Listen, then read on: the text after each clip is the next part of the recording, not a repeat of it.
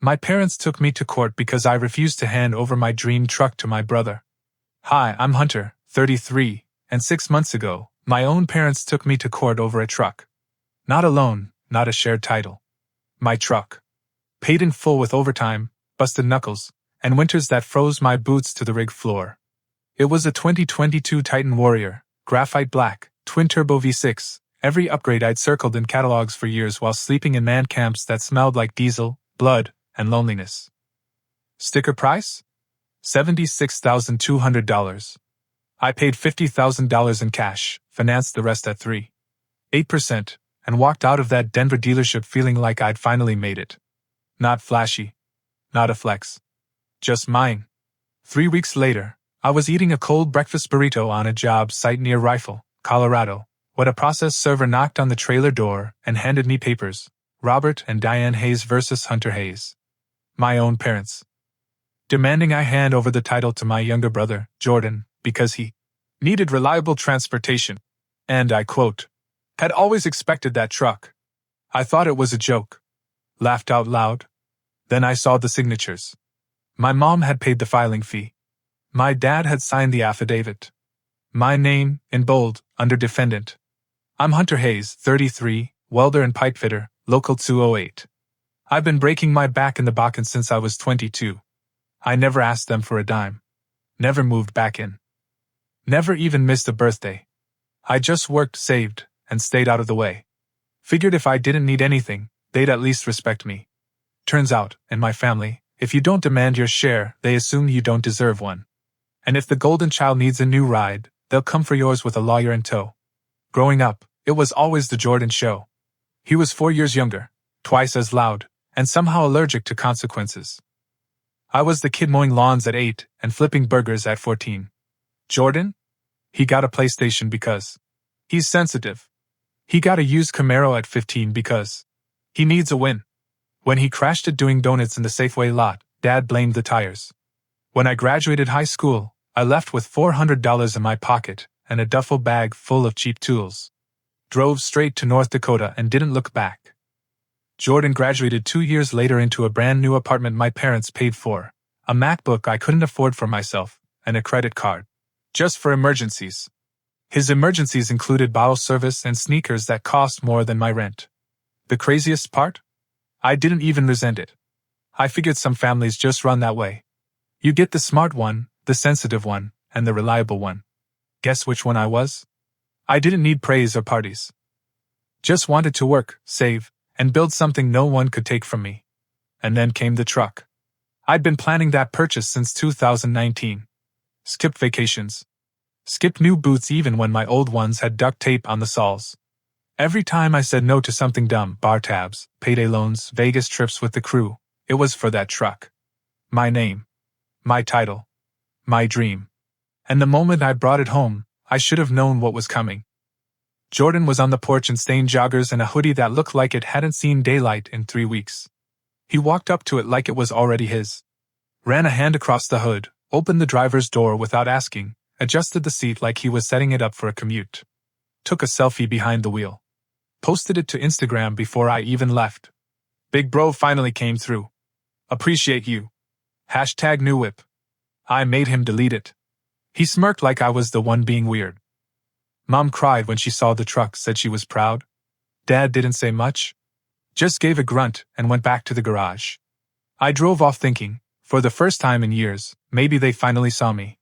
2 days later, Jordan posted again. This time, it was public. Photo of him in the truck. My license plate clearly showing. The caption? When your brother takes the money grandpa meant for your future and buys himself a truck from your vision board. Some of us are still struggling with student loans and mental health, but go off, I guess. 3,000 likes in a day. Comments from people I hadn't spoken to in a decade. Wow. Selfish much? Prayers for Jordan. Typical older brother move. He tagged me. He tagged my union. He tagged my ex. That night, my dad called me with a voice like a slab of concrete. Son, we're disappointed. That truck was understood to be Jordan's when he got on his feet. I said, that's never been said. Not once. He replied, we've retained counsel. Then he hung up. That was the last time I ever felt like a son. Trial day. Arapahoe County Courthouse. March 2025. Snow still on the ground, sun sharp like it wanted to hurt someone. I wore the only suit I owned. Black, stiff, too tight at the shoulders. My lawyer, Sarah Delgado, walked in like she was late for a funeral and planned to bury somebody when she got there. My parents sat across the aisle. Mom wore pearls and grief like it was opening night of a tragedy. Dad had his flag pin, his jaw locked, and that same hard stare he used to give when you dropped a wrench in his garage. Jordan sat between them, hoodie swapped for a Canada Goose jacket I'd bought him for Christmas 2 years earlier. AirPods in. No socks. They weren't just suing me for the truck. They claimed we had a verbal agreement that all major purchases by the eldest child would go to the youngest in times of career hardship. They said I used family expectation funds to unfairly enrich myself. They even included a psych evaluation saying Jordan suffered emotional distress, knowing his promised vehicle was being driven by someone else. They wanted the truck. They wanted me to pay their legal fees. And they wanted the court to believe I'd stolen from my own brother. Sarah leaned in before opening statements and whispered, "This is going to be ugly. But you're going to win." First witness? Jordan. Swore in like he was being asked to accept a Grammy. Started crying almost immediately. Talked about the trauma of watching his dreams slip away, about how he'd always believed the truck was his because Dad told me since I was 12. Claimed I bullied him as a kid. Said I stole his girlfriend, sabotaged his college apps, and even ruined his credit because I refused to co-sign his loans. Sarah just nodded politely. Then she played the security footage. Jordan, 2:14 a.m., stumbling around my apartment parking lot. Tries to hotwire the truck. Fails. Gets angry. Keys, gimme, down the side of the driver's door. $4,300 in damage. He laughed on the tape. When the clip ended, he said, "It was a prank." Next witness? My mom. Waterworks. Said I'd always been cold. That Jordan needed the truck for therapy. That me keeping it was cruel and he needing it was life-saving. Sarah asked, "Why didn't you just buy him a cheaper used truck?" Mom blinked. "That wouldn't be fair to Hunter. He worked so hard for his." Sarah. "Exactly."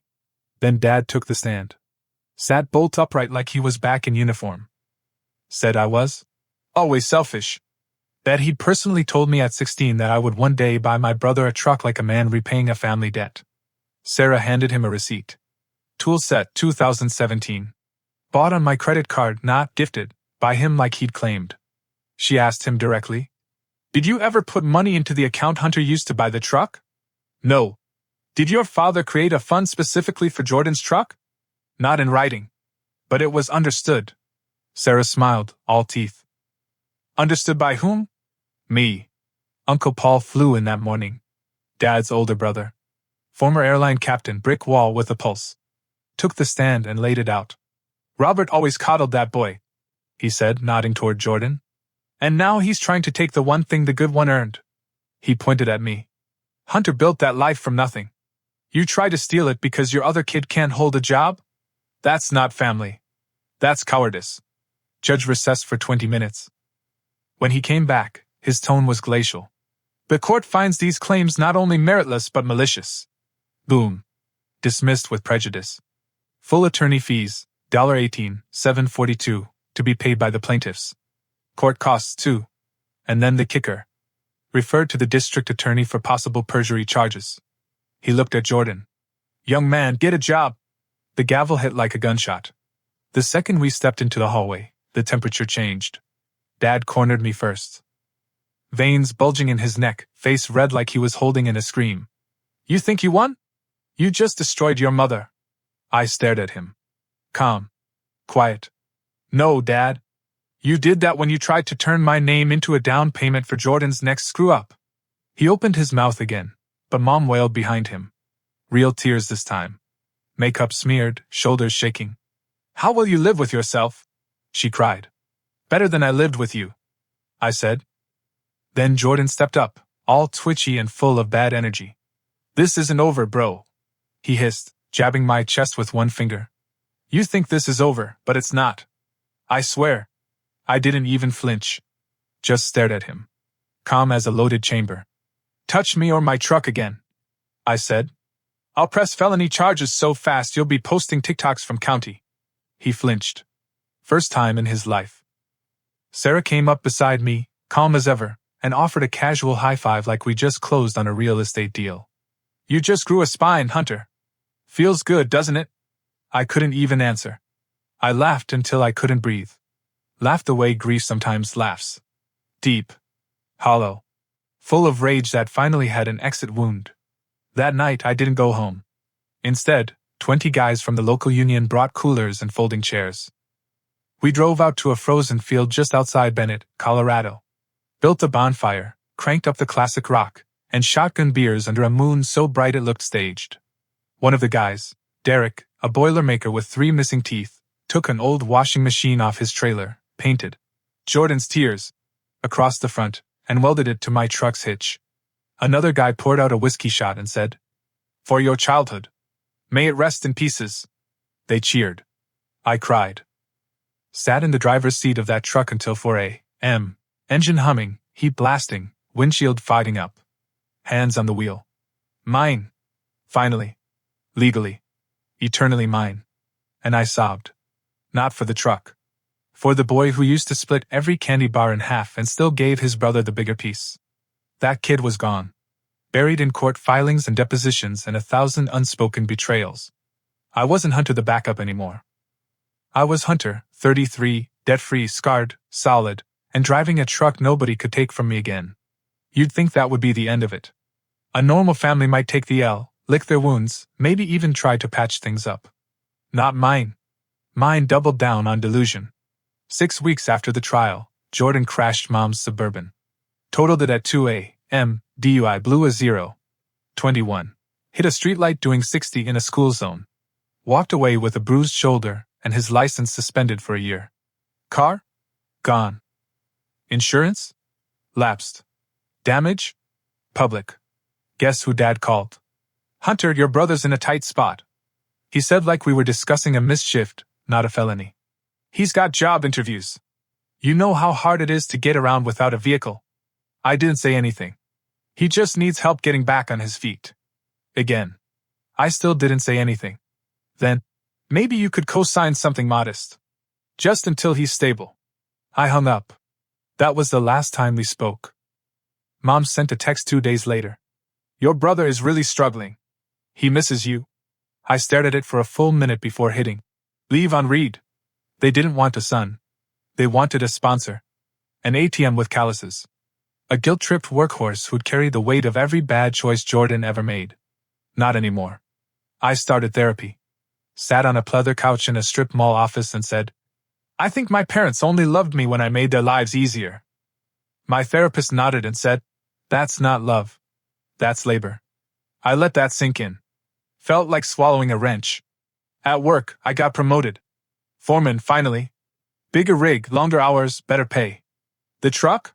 Still runs like a dream. 112,000 miles now. New tires. Chipped windshield from a rock in Cheyenne. Dent in the tailgate from backing into a compressor while tired. Coffee stains on the upholstery from a bad thermos seal. It's perfect. It smells like Red Bull, grease, and something I never had growing up, freedom. Every time I sit behind that wheel, I remember who paid for it. Me. With bone-deep exhaustion and holidays spent in bunkhouses instead of living rooms. With birthdays skipped and hands blistered. With silence swallowed so my family could sleep well while I burned. They didn't build a damn inch of it. But they thought they had the right to take it.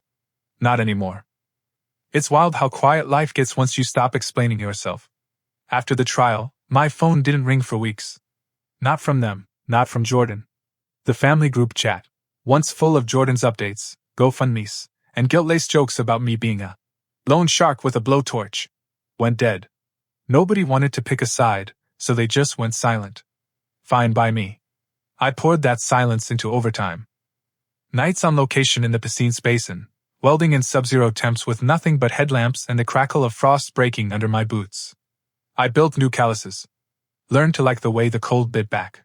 There's something honest about pain when it shows up right where you earned it. One night, I sat under the flare stack and rifle, parked my truck on a ridge, and watched the fire lick the sky like a lighthouse for broken men.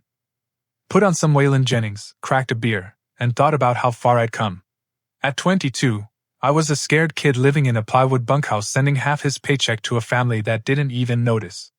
At 33, I owned the truck they tried to steal, had my name on a union leadership board, and paid for therapy out of pocket because healing is worth more than revenge. But it still crept in, resentment, like mold in the corners of your mind. Every time someone said, "Family first," I had to bite my tongue to keep from laughing. Family first? My family sent a legal team after me before they ever sent a "thank you." And yet, a part of me still hoped. Not for an apology. I was long past that fantasy. But maybe some kind of acknowledgement. A sign they understood, even a little, what they'd done. That hope finally died on a Wednesday afternoon when I got a letter in the mail. Handwritten. No return address. I opened it slowly, thinking maybe it was from Mom. It was from Jordan. 1 page. Blue ink. Terrible handwriting. No salutation. No apology. Just this. "I'm going to need your help again soon. This time, don't make it a whole thing. Just do the right thing for once." No signature. Not even a stamp on the envelope. He had Mom send it. I folded the letter back up and fed it straight into the shop stove. Watched the flames curl around the paper like a snake. No more. That version of me, the one who gave until it hurt, was gone. I didn't owe him a ride. I didn't owe them silence. I didn't owe anyone a single damn mile of that truck. The next time I saw them in person was by accident.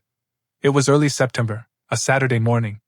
I was in town for supplies, fuel filters, shop towels, a box of screws nobody but old school welders still uses. I parked the truck at the hardware store and grabbed a coffee from the place next door.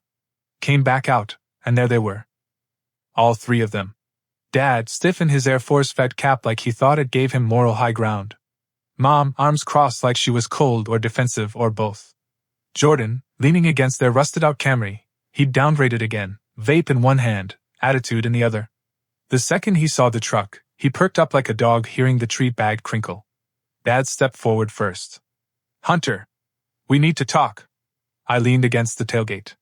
Calm. Caffeinated. Unbothered.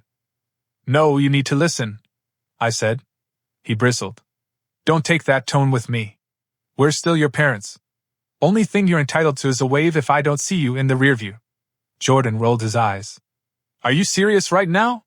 I stared at him. Not angry. Just done. "You tried to steal from me. You keyed my truck. You lied under oath.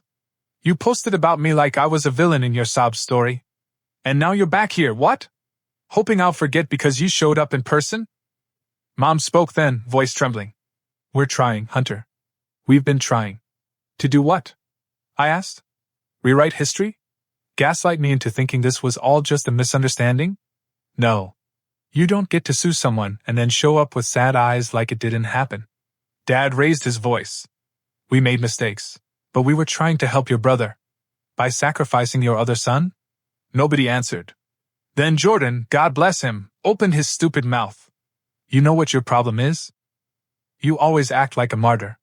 Like you're the only one struggling." I almost laughed. "Struggling? You call 110-hour work weeks and sleeping in your truck between double shifts struggling? You think your tough week means something when you've never paid your own rent, Jordan?" He didn't say a word. Didn't have to. His silence was the first honest thing he'd given me in years. I took a long sip of my coffee. "Here's how this works now," I said. "I don't block your numbers because I need the reminder. I don't respond because I'm done bleeding for people who treat me like a vending machine." Dad looked like he wanted to punch something. Probably me. So I smiled. "You said I'd regret this, remember? That family is all you've got." Then I opened the truck door, climbed in, and added, "Turns out, it's all I needed to lose." I pulled away slow, let the tires whisper my goodbye across the asphalt. In the mirror, I watched them shrink. 3 silhouettes who once controlled every part of my life. Now, just background noise. The truck radio kicked on. Springsteen. Born to Run. I laughed because damn if that wasn't perfect. I didn't speak to them for 3 months. Not out of spite, just peace. And let me tell you, silence isn't empty. It's a damn luxury. I used to think distance from family meant something was broken. Now I know better. Sometimes it means you're healing. In October, I got the kind of call that flips a switch in your chest. Grandpa Hayes had passed. 91. Quiet. Peaceful. He'd fallen asleep in his recliner with a book in his lap and never woke up. A good ending for a good man. The funeral was small. Military service. Folded flag. Bagpipes. I flew in the night before, parked the truck on the street in front of Aunt Linda's place, and slept in it like I had a decade ago, only this time, on my own terms. The cab felt like home. More mine than any room in the house I grew up in. Morning of the service, I walked in wearing a clean suit, not new, just respectful. And there they were. My parents. Jordan. Sitting front row like they owned grief. Mom reached for me when she saw me. I nodded but didn't hug. Dad stood. No handshake. Jordan? He just stared. They didn't say anything, and for once, that was the right choice. I delivered the eulogy. Grandpa had left it to me, handwritten on yellow legal pad paper. He'd titled it for the one who showed up when it wasn't easy. I nearly broke reading it. Hunter has always known what work feels like, what duty costs. He doesn't say much, but he shows up. That's what men do. Jordan fidgeted through the whole thing. Mom cried. Dad, he finally looked older than I remembered. After the service, people came up, offered soft words and casseroles wrapped in foil. Jordan stood off to the side, vape in hand, sunglasses on like it was an album cover. A few cousins asked about the truck. You really paid cash? Mostly, I said. With a little bit of soul. The wake was simple. Sandwiches, stories, awkward silences. I stayed for an hour, then told Aunt Linda I'd come by next week to help sort the garage. She hugged me tight and whispered, he was proud of you. Even when no one said it. I walked out to the truck. The sun was low, and for once, my shadow didn't look like someone else's expectations. Dad followed me out. Quiet. Tense. You always thought I loved him more, he said, watching me unlock the door. I didn't think, I said. I knew. He flinched. Good. Sometimes truth has teeth. I didn't know how to raise someone like you, he added. Someone who didn't ask for anything. And you punished me for it. He nodded. Once. I was wrong. I paused, hand on the door handle. Then stop letting him bleed you dry. He didn't reply. Just turned and walked away. I got in. Turned the key. The truck purred like it knew exactly what I needed to hear. A week after the funeral, I got a letter from the attorney handling Grandpa's estate. 2 pages. Typed. Formal.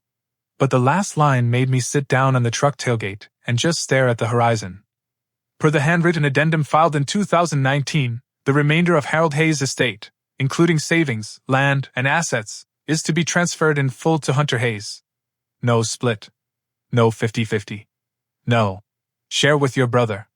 Just me. There was a copy of Grandpa's note attached, scribbled in his familiar shaky hand. Hunter knows what it means to build. He won't waste it. I sat there for a long time. Not because of the money, though it was a lot. A small house in Montrose, $140,000 in savings, and 10 acres of scrubland my brother wouldn't even know how to spell. No. I sat because someone in my family had finally made a choice based on who I am, not who they wished I would be. That night, I drove 4 hours straight out of Denver. No plan. Just asphalt and quiet. I ended up in that same empty field outside Bennett, where we built the bonfire after the trial. The washing machine was still there, Jordan's tears rusted and bullet-holed from target practice. I pulled the truck around, turned off the headlights, and sat on the hood, beer in hand, wrapped in a blanket. Above me, 1,000 stars that didn't care what your last name was. I thought about everything. The scraped knuckles. The duct-taped boots. The wiring in my first bunkhouse that used to spark when you turned the microwave on. I thought about the little kid version of me who gave Jordan the bigger half of every sandwich, who asked for so little and still got blamed for every damn thing. And I thought about the man I'd become. Not perfect. Not polished. But whole. No longer explaining himself. No longer standing in courtrooms hoping to be seen. Just me. And this truck. And this land. All earned. I sent a text to Sarah Delgado, my lawyer. You ever handle estate planning? She replied in under 10 seconds. Sure do. You want to keep it from your brother, don't you? Damn right. We set up a call the next morning. 6 months after the lawsuit, I got the kind of closure you don't frame or post about. The quiet kind. The real kind. The kind that hits on a Tuesday morning when you're elbow deep in mud, fixing a busted pipeline elbow, and you realize you don't think about them first anymore. I was living out near Parachute, Colorado then. Company trailer, solid per diem, new rig, good crew. I traded my bunkhouse misery for something better, earned. Not gifted. Not guilt-tripped. Not stolen and stitched into a lie. The truck? Still going strong. 128,000 miles and a new scratch down the side from a deer I didn't hit, but almost. I left the mark there. Call it a close call tattoo. The sticker on the back window now read, "Not your brother's ride." Subtle. True. I kept getting texts from cousins I hadn't spoken to in years. "Heard what happened. You okay? Your parents are going around saying you turned your back on the family. Jordan's telling people you scammed Grandpa somehow." I didn't answer most of them, but I answered one. From my cousin Jess. She wrote, "I always knew you were the only real one. Let me know if you want to come by sometime. No drama, just barbecue and beers." I drove out that weekend. Hour and a half west. She and her husband had a little farm with 3 goats, and a trampoline that looked like it lost a fight with a tornado. She hugged me on the porch and handed me a plate of ribs before I even said hello. No questions. No whispers. Just cold beer and good food and people who didn't see me as an ATM or a betrayal. We sat around the fire pit later that night, and her husband, tough guy named Cole who works heavy equipment, asked me what happened, the real version. So I told him. Everything. At the end, he just nodded, poked the fire, and said, "You're not wrong. You're just early." "Early?" I asked. "People like you always make the mistake of assuming family means loyalty. It doesn't. You're just ahead of the truth most folks take a decade longer to swallow." That hit. Harder than any gavel. Later that night, Jess handed me a little envelope. Inside was a photo. Me and her, age 10, standing at a picnic table at our grandparents' 4th of July party. I was holding sparklers. She was holding my hand. "You always looked out for everyone," she said. "Maybe it's time someone did the same for you." I didn't cry, but I might have looked up too long at the stars. The next day, I drove the long way home. Took the truck up toward Flat Tops, where the sky gets big and the air tastes like pine. Pulled over, turned the engine off, and just sat. No noise. No phone. No courtroom drama. Just a man. A truck. And a horizon that didn't ask anything from me except show up. And for the first time in my life, that felt like enough. Thanksgiving came like it always did, cold, early snow, and a pile of excuses in my inbox. I didn't go home. Wasn't invited. Not that they said it out loud, but I got the hint.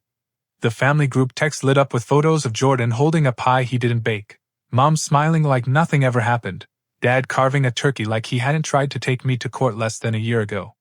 Caption: "Grateful for family." I almost laughed. Not out of bitterness, out of amazement. The sheer audacity of people who set fire to your life and then post selfies by the ashes. Instead, I spent the day in my truck. Literally. There's a pullout just off I-70 near Glenwood Canyon. Big view, barely marked. I brought a thermos of coffee, a leftover steak, and an old camp chair I've patched more times than I can count. That was my Thanksgiving. And it was damn near perfect. No fake smiles. No tension you could butter like rolls. No pretending. Just me, a truck that never asked for more than gas and respect, and a silence that felt earned. I spent the afternoon writing out a will. Nothing fancy. Just the essentials. Everything to a foundation I'd started forming quietly in Grandpa's name, Hayes for Trades. Scholarship fund for kids who want to skip college and pick up a welder or a wrench instead. I'm not rich, but I've got enough. And I know exactly how far a few grand can go when you're just starting out with nothing but dirt under your nails. The lawyer asked if I wanted to list family as backup beneficiaries. I said, no. She didn't even blink. They try to fight this, what happens? She smiled. They lose. Badly. Perfect. That night, back at the yard, I watched the snow start falling from the cab of the truck while the radio played an old Johnny Cash song about walking the line. I thought about how long I'd walked theirs, my parents', my brothers', everyone's. And how good it felt to finally be drawing my own. That line? Permanent now. Etched in court records. Signed in oilfield hours. Welded into every mile I'd driven with a back that doesn't bend for anyone anymore. The next time I heard from them, it wasn't a call. It was a letter. Thick envelope. Heavy paper. Return address? A local law office, same one that handled their side of the truck case. For a second, my gut dropped. I thought, here we go again. Another round. Another tantrum with a retainer.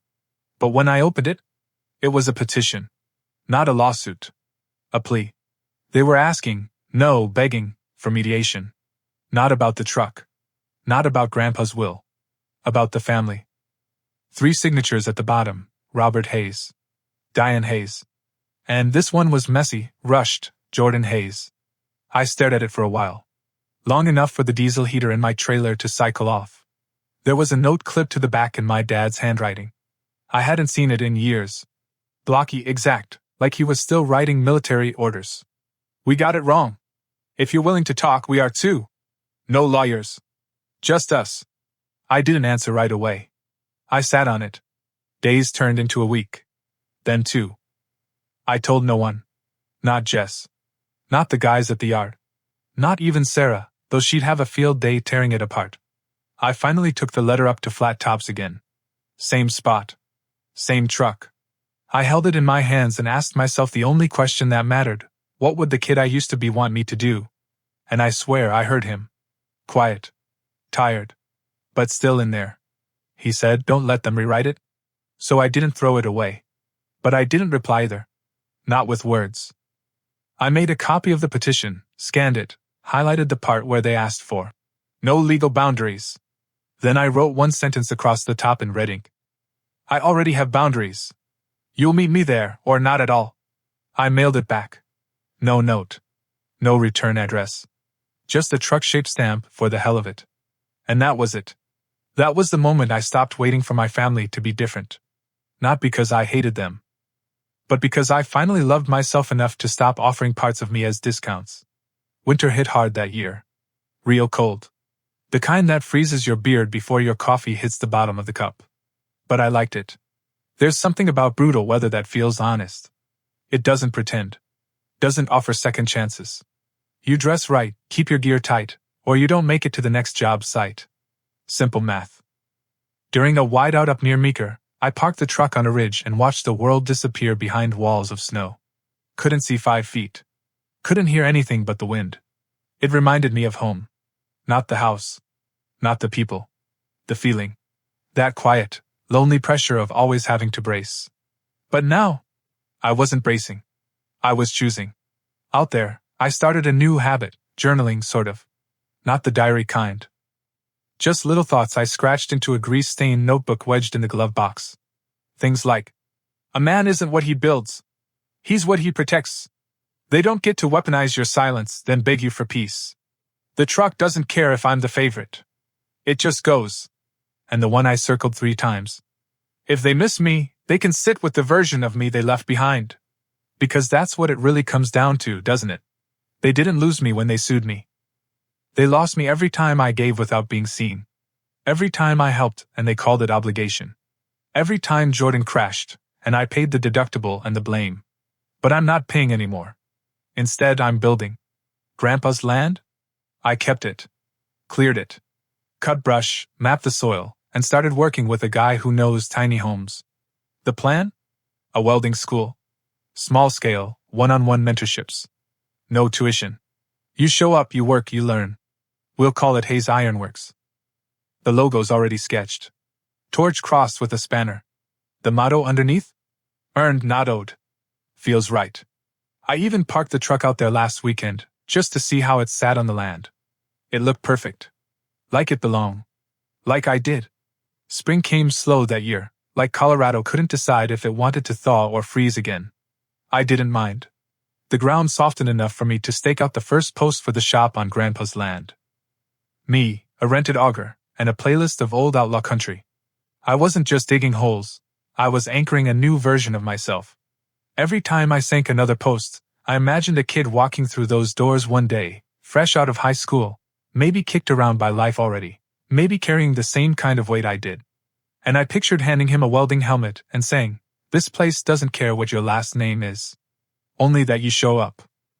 That same week, I finally got a message from Jordan. Not a threat. Not a demand. Just 4 words. "I'm in real trouble." He didn't say what kind. Didn't have to. I ignored it. And I didn't feel guilty about it, not even for a second. Because that's what boundaries do. They inoculate you against emotional blackmail dressed as vulnerability. Jordan didn't want help. He wanted extraction. Same pattern. Different crisis. I deleted the message. That night, while going through old paperwork for the foundation, I found something I'd tucked away without even thinking. A photo. Faded. Cracked at the edges. It was me at 17, arms covered in grime, standing beside my first real rig out in Williston. I was smiling, but just barely. That smile said, "Don't look too long or I'll break." I turned it over. Grandpa's writing on the back. "This boy will survive things they'll never understand." I didn't cry. But I sat down hard. And for the first time in a long time, I whispered something out loud to no one. "You did good, kid. You gave more than you got. You held the line when they tried to bury you under guilt. You earned your own damn name." The next morning, I drove out to the build site in the truck. Fresh oil, new wipers, windshield finally replaced. Still smells like Red Bull and bar soap and one bad decision in Cheyenne. Still mine. Always mine. I stood at the edge of the foundation and imagined what it'll look like when it's done. The hum of welders. The sound of people learning something real. The promise that no one will ever call that shop. Just a handout. And maybe, just maybe, one day I'll hand off the keys. But not today. Today, I drove home slow. Windows down. Wind in my hair. And not a single voice in my head telling me to go back. The shop went vertical in June. First the steel frame, then the siding, then the roll-up bay door I bought secondhand from a guy in Grand Junction who said, "You building a business or a bunker?" I told him, "Both." And he laughed like he didn't believe me. But he still gave me the veteran discount. Hayes Ironworks was becoming real. Not a dream. Not a maybe. Not a someday. Real beams, real floor, real roof. And the first thing I parked inside? The truck. Backed it in slow. Tires crackling over the fresh concrete. That magnetic gray paint catching the light like it had a pulse. I stepped out, looked around, and thought, it finally has a home. Just like me. That same week, I got a message from Sarah, my lawyer. Casual tone, but a big ask. Got a kid. 16. High school dropout. Good with his hands. Parents bailed. Probation officer says he needs purpose or prison. Thought of you. I said yes before I even asked his name. His name was Travis. He showed up in a torn hoodie and shoes with holes in both toes. Quiet. Defensive. Carried himself like the world had already voted him off the island. First day, I handed him a grinder and said, "You cut, I'll weld." He didn't say much. But he cut clean lines. Steady hands. Eye for angles. Second day, he asked if the truck was mine. "Every inch," I said. Third day, he asked how I got it. So I told him. Not the court story. Not the family mess. Just the work. The 80-hour weeks. The overtime. The sleeping in it during outages. The freezing pipes. The cracked knuckles. The burn on my forearm from when I didn't move fast enough. And I finished with, "Because no one was coming to hand me a damn thing." He nodded once. Real slow. And from that moment on, he showed up early. I gave him a set of tools with his name engraved. Nothing fancy. Just a ratchet set and a dream he could hold. One afternoon, he looked at me and said, "You ever think about quitting back then? When everything sucked?" I shrugged. All the time. But I didn't. Because quitting meant I'd lose everything, and they'd still win. He thought about that for a while. Then he said something that stuck to my ribs like cold steel. "You didn't build this place for you, did you?" No. I didn't. I built it for every kid who got the short straw. Every son they expected to save the family and apologize for doing it on his own. Every brother they buried in guilt and called selfish for crawling out of it. And maybe, in a roundabout way, I built it for Jordan too. Because now, when someone asks me about my family, I don't flinch. I just point to the shop, the truck, the land, and say, "This is my bloodline now." Summer rolled into fall, and with it came a rhythm I hadn't known in years: calm. The shop was running 3 days a week now. Travis had brought 2 friends who were just like him, smart, fast, and already told by everyone else they wouldn't make it past 20. I put them on metalwork, basic welds, safety checks, small stuff. They called me boss, at first, but after a while, it became H. I didn't correct them. Felt right. Out in town, word started to spread. Not flashy. Just quiet respect. The old guys at the hardware store stopped calling me the lawsuit kid. Now I was the one starting the trade school. Better title, honestly. One day, the mayor, yes, we have one, asked if I'd be willing to speak at the high school career day. I almost said no. Then I remembered being 17, sitting in a back row, listening to a guy in khakis talk about accounting like it was a religious calling. I said yes. I brought Travis with me. We walked into that auditorium like we were stepping onto a job site, boots, flannel, welding gloves in my back pocket just for the hell of it. No slides. No fancy talk. I told them the truth. How I left home with $400, lived in a tin box, worked jobs where one mistake meant you didn't come home. How I bought a truck, got sued by my own blood, and still wouldn't change a thing. They listened. Really listened. One kid in the front row asked if I ever forgave them, my family. And I said, no. But I outgrew the need to. Afterward, the principal shook my hand and said, that was the realest thing these kids have heard all year. Travis stood off to the side, arms crossed, trying to act cool, but he was grinning. On the drive back, he asked if I ever heard from them anymore. I said, no. And when I do, it's background noise. He nodded. That's what I want too. The quiet kind of freedom. That night, I stood in the shop long after the lights went out. Just me and the truck. I leaned against the hood, hands tucked into my jacket, and realized something. I wasn't just living without them. I was thriving without their version of me. Their story about who I was, the difficult son, the cold brother, the one who never gave back, it didn't fit anymore. I wasn't who they made me. I was who I built. Steel, sweat, and stubborn damn love for a life I earned inch by inch. And that truck? It wasn't just a truck. It was a monument. To survival. To self-worth. To never going back. Fall turned to winter again, and for once, I didn't dread the cold. The shop was fully operational, 4 apprentices now, a waiting list of others, and a stack of handwritten thank you notes, from schools we donated scrap metal and equipment to. Every time I looked at the sign out front, Hayes Ironworks, earned, not owed, I felt something settle deep in my chest. Not pride. Not vengeance. Peace. I still drive the truck every damn day. 162,000 miles. New timing belt. Same seat with the rip on the left side that I patched with duct tape 3 years ago and decided to leave because it reminds me not everything has to be perfect to work. People ask me sometimes, why keep it? Why not trade up? Upgrade? Flex? And I tell them this. Because that truck isn't a vehicle. It's a witness. To every hour I worked when no one was watching. Every holiday I missed so Jordan could have his. Every storm I drove through with frozen fingers and a mouth full of silence, telling myself, just hold on, someday it'll matter. It matters now. Not because I won in court. But because I won outside of them. I'm no longer the backup plan, the cash cow, the silent son who always paid the price. I'm Hunter Hayes. 33. Pipe fitter. Welder. Teacher. Builder of steel and better endings. And if my father ever tries to take these keys again, I won't run him over. I'll just let the locks do their job.